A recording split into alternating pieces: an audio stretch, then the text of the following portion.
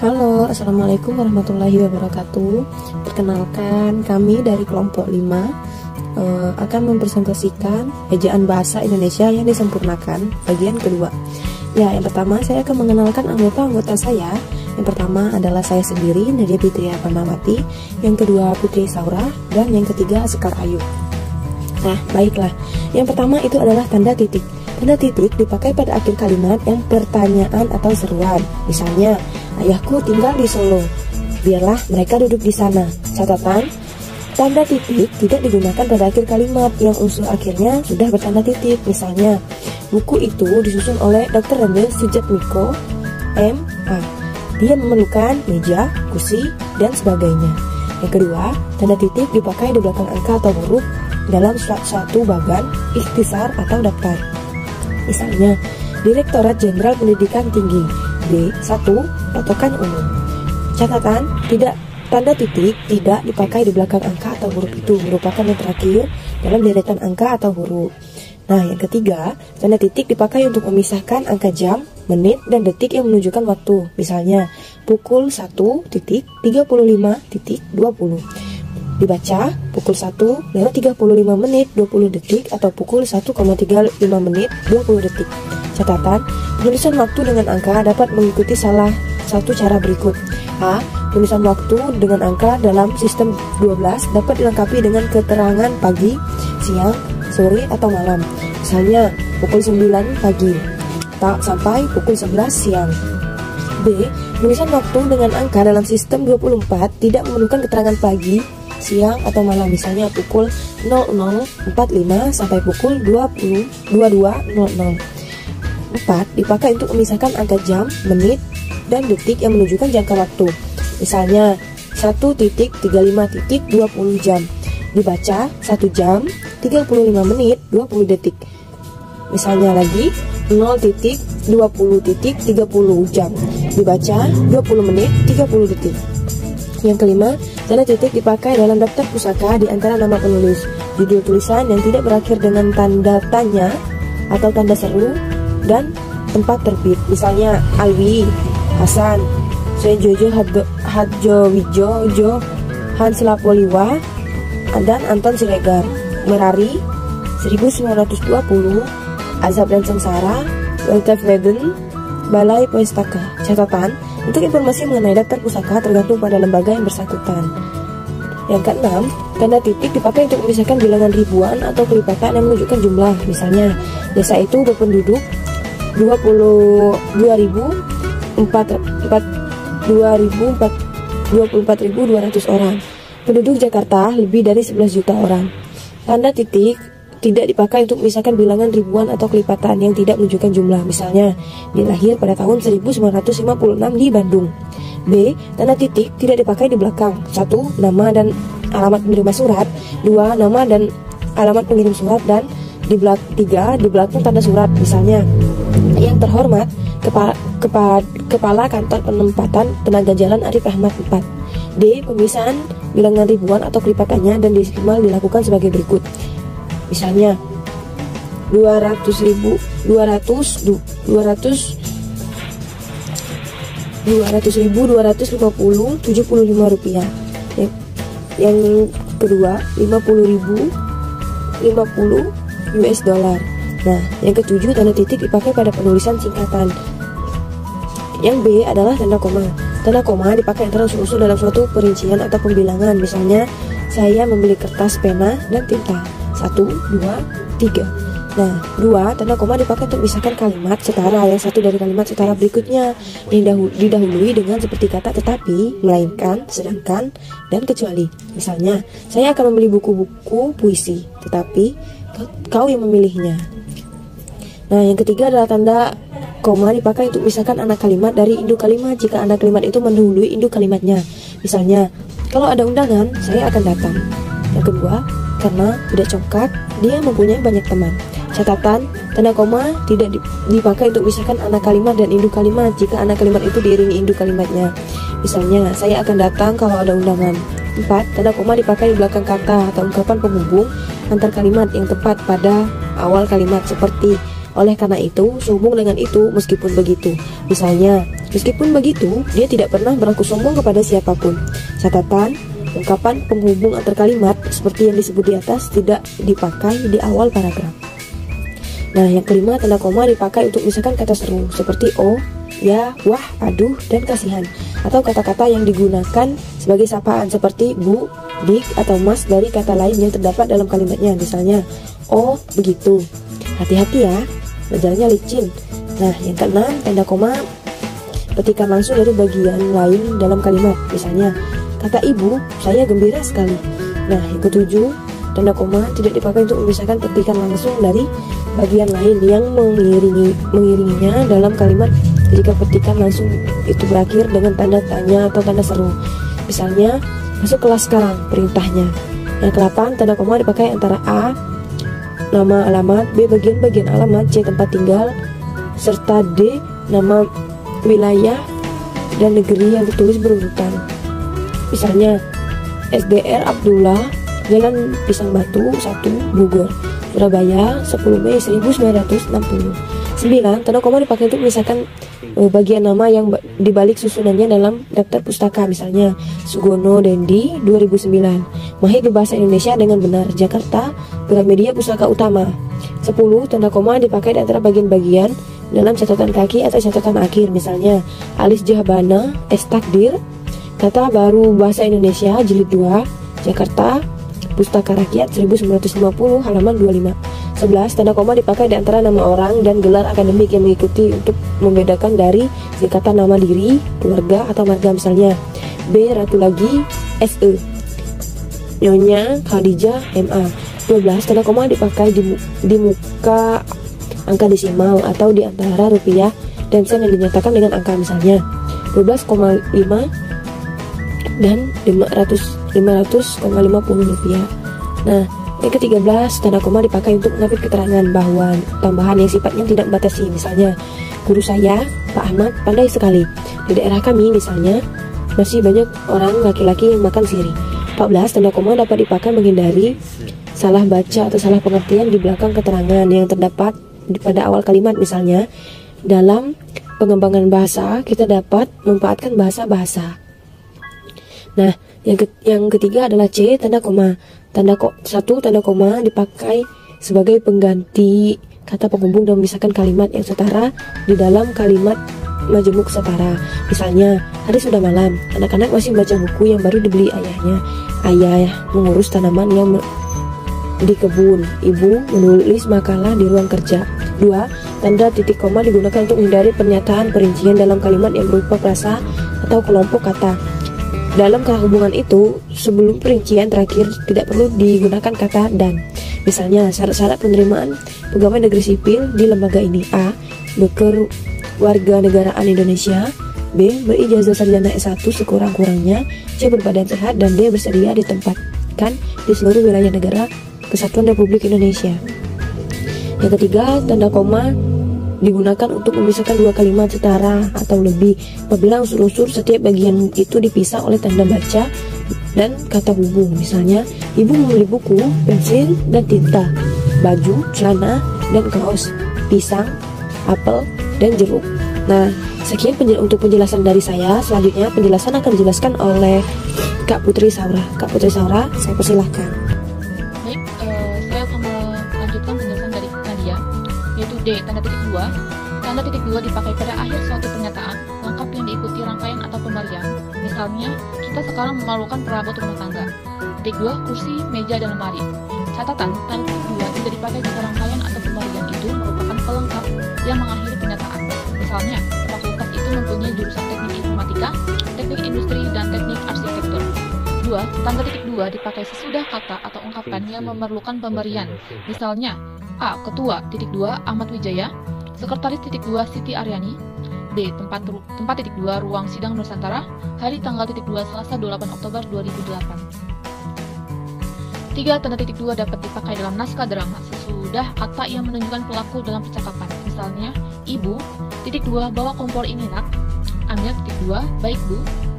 Dalam titik 4.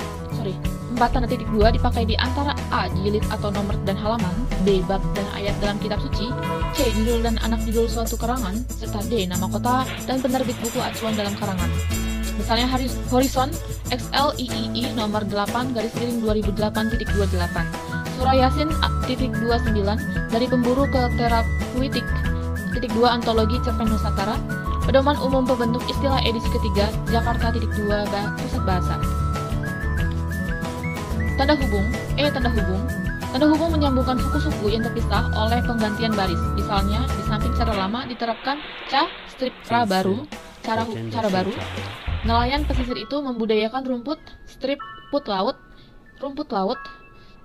Dua tanda hubung menyambungkan awalan dengan bagian kata yang mengikutinya atau akhiran dengan bagian kata yang mendahuluinya pada penggantian baris. Misalnya, kini ada cara yang baru untuk tanda hubung strip pur panas, jadi mengukur panas. Oke. 3 tanda hubung digunakan untuk menyambung unsur-unsur kata ulang, misalnya anak-anak berulang-ulang.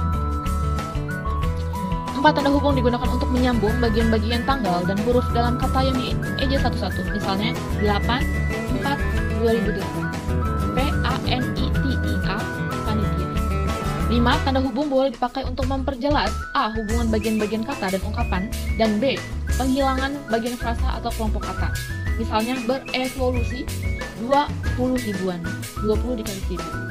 6 tanda hubung dipakai untuk merangkai A. ke dengan kata berikutnya yang dimulai dengan huruf kapital, B. ke dengan angka, C. angka dengan an, D. kata atau imbuhan dengan singkatan berhuruf kapital, E. kata ganti yang berbentuk imbuhan, dan F. gabungan kata yang merupakan kesatuan.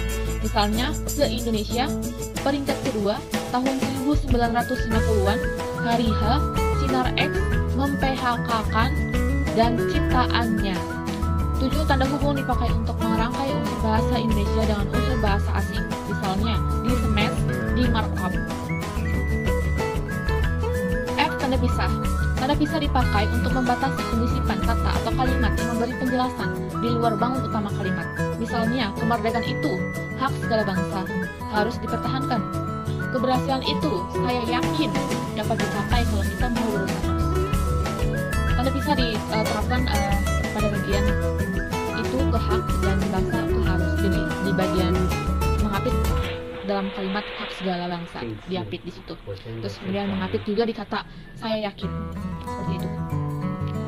2 tanda pisah dipakai untuk menegaskan adanya keterangan aposisi atau keterangan yang lain sehingga kalimat menjadi lebih jelas. Misalnya rangkaian temuan ini evolusi teori kebisnisan. Gerakan pengutamaan bahasa Indonesia, amanat Sumpah Pemuda harus terus ditingkatkan. 3 tanda pisah dipakai di antara 2 bilangan, tanggal atau tempat dengan arti sampai dengan atau sampai ke, misalnya tahun 1928 sampai dengan 2008, tanggal 5 sampai dengan 10 April 2008, seperti itu. Itu bisa diganti dengan sampai dengan atau sampai ke. Catatannya, tanda pisah tunggal dapat digunakan untuk memisahkan keterangan tambahan pada akhir kalimat. Misalnya kita memerlukan alat tulis, pena, pensil, dan kertas. B dalam pengertian tanda pisah dinyatakan dengan 2 buah tanda hubung tanpa spasi sebelum dan sesudahnya. H. Tanda seru. Tanda seru dipakai untuk mengakhiri ungkapan atau pernyataan yang berupa seruan atau perintah yang menggambarkan kesungguhan, ketidakpercayaan, atau emosi yang kuat. Misalnya, alangkah indahnya taman laut ini. Bersihkan kamar itu sekarang juga. Baik, penjelasan selanjutnya akan dijelaskan oleh Sekar. Nah, saya akan melanjutkan. Tanda elipsis. Tanda elipsis dipakai dalam kalimat yang terputus-putus. Misalnya, kalau begitu, marilah kita melaksanakan. Jika saudara setuju dengan harga itu, pembayarannya akan segera kami lakukan. 2. Tanda elipsis dipakai untuk menunjukkan bahwa dalam suatu kalimat atau naskah ada bagian yang dihilangkan. Misalnya, sebab-sebab kemerosotan akan diteliti lebih lanjut. Pengetahuan dan pengalaman kita masih sangat terbatas. Catatan, tanda naskah elipsis itu didahului dan diikuti dengan spasi. Jika bagian yang dihilangkan mengakhiri sebuah kalimat, perlu dipakai 4 tanda titik. 3 titik menandai penghilangan teks dan 1 titik untuk menandai akhir kalimat. C. Tanda elipsis pada akhir kalimat tidak diikuti dengan spasi. Tanda petik. Tanda petik dipakai untuk mengampit petikan langsung yang berasal dari pembicaraan, naskah, atau bahan tertulis lain. Misalnya, Pasal 36 Undang-Undang Dasar 1945 menyatakan bahasa negara ialah bahasa Indonesia. Saya belum siap, kata dia. Tunggu sebentar. 2. Tanda petik dipakai untuk mengampit judul puisi, karangan, dan bab buku yang dipakai dalam kalimat. Misalnya, Sajak Pahlawanku terdapat pada halaman 5 buku itu.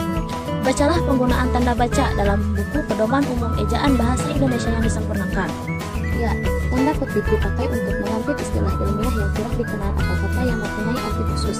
Misalnya, pekerjaan itu dilaksanakan dengan cara coba dan ralat saja. Catatan, tanda petik penutup mengikuti tanda baca yang mengakhiri petikan langsung. Misalnya, kata dia, saya minta 1. Tanda baca penutup kalimat atau bagian kalimat ditempatkan di belakang tanda petik yang mengampit kata atau ungkapan yang dipakai dengan arti khusus pada ujung kalimat atau bagian kalimat.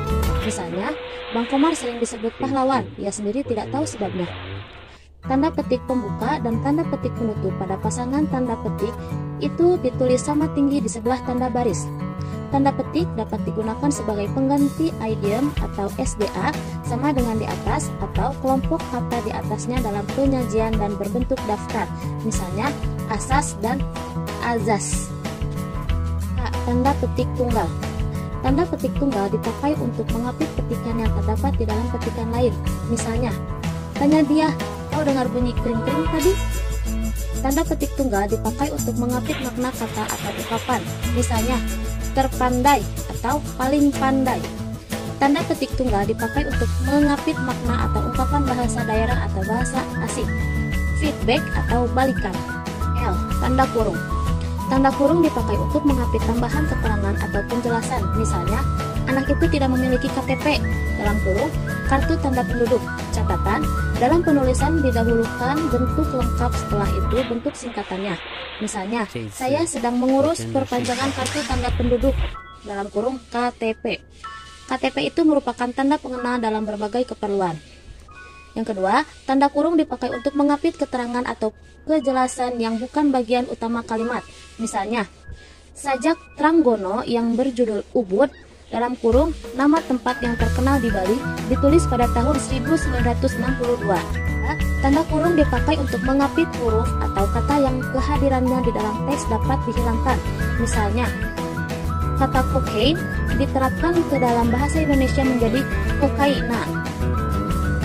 Pejalan kaki itu berasal dari dalam kurung kota Surabaya. 4.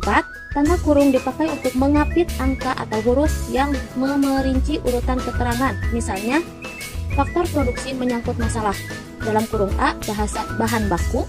Dalam kurung B, biaya produksi. Dan dalam kurung C, tenaga kerja. Catatan, tanda kurung tunggal dapat dipakai untuk mengiringi angka atau huruf yang menyatakan perincian yang disusun ke bawah. Misalnya, kemarin kakak saya membeli 1 buku, 2 pensil, dan 3 tas. Tanda kurung siku. 1. Tanda kurung siku dipakai untuk mengapit huruf, kata, atau kelompok kata sebagai koreksi atau tambahan pada kalimat atau bagian kalimat yang ditulis orang lain. Tanda itu menyatakan bahwa kesalahan atau kekurangan itu memang terdapat di dalam naskah asli. Misalnya, sang sapurba dalam kurung siku dengar bunyi gemerisik. Ulang tahun dalam kurung siku hari kemerdekaan Republik Indonesia jatuh pada hari Selasa. 2. Tanda kurung siku dipakai untuk mengapit keterangan dalam kalimat penjelasan yang sudah bertanda kurung. N. Tanda garis miring.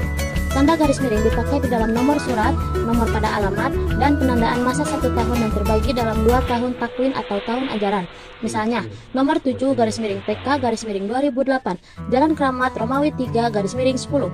2. Tanda garis miring dipakai sebagai pengganti kata atau, tiap, dan ataupun. Misalnya, dikirimkan lewat darat garis miring laut dengan artian dikirimkan lewat darat atau laut.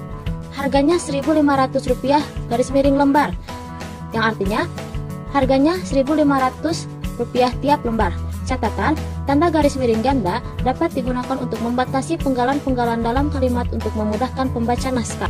O. Tanda penyingkat atau apostrof. Tanda penyingkat menunjukkan penghilangan bagian kata atau bagian angka tahun. Misalnya, dia kan sudah kusurati, kan arti di sini adalah bukan. Malamlah tiba. Nah, arti lah di sini juga adalah telah. 1 Januari 08. Arti dari 08 di sini adalah 2008. Baiklah teman-teman semua, mungkin cukup sekian yang bisa kami sampaikan. Jangan lupa klik like and subscribe. Thank you guys. Wassalamualaikum warahmatullahi wabarakatuh.